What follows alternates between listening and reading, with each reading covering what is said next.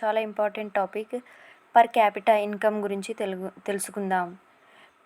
Per capita income అంటే తెలంగాణ యొక్క తలసరి ఆదాయం. ఈ ఆదాయాన్ని ఎలా లెక్కిస్తారు అంటే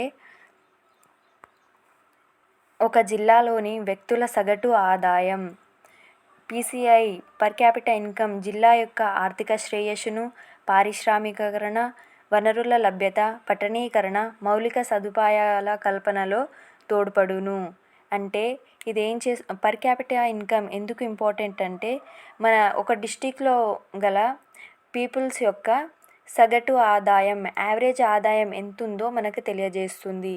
అయితే ఈ ఇయర్ 2023-24 ప్రకారం పర్ క్యాపిటా ఇన్కమ్ 3,46,457 ఉంది. ఇది చాలా ఇంపార్టెంట్, ఖచ్చితంగా గుర్తుంచుకోవాలి.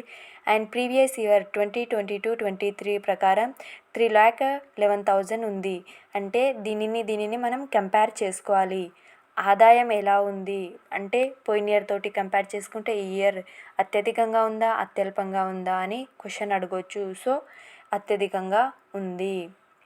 ఆ తర్వాత అత్యధిక తలసరి ఆదాయం కలిగిన జిల్లాల యొక్క వరుస క్రమం అడిగే ఛాయిస్ 100% ఉంది.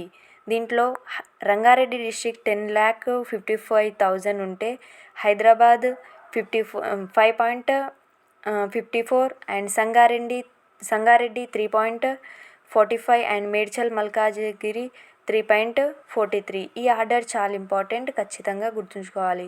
ఈ ఆర్డర్ గుర్తుంచుకోవాలంటే మనకు కష్టం కాబట్టి షార్ట్ ట్రిక్ రైజం అంటే రంగారెడ్డి, హైదరాబాద్, సంగారెడ్డి, మేడ్చల్, మల్కాజ్గిరి.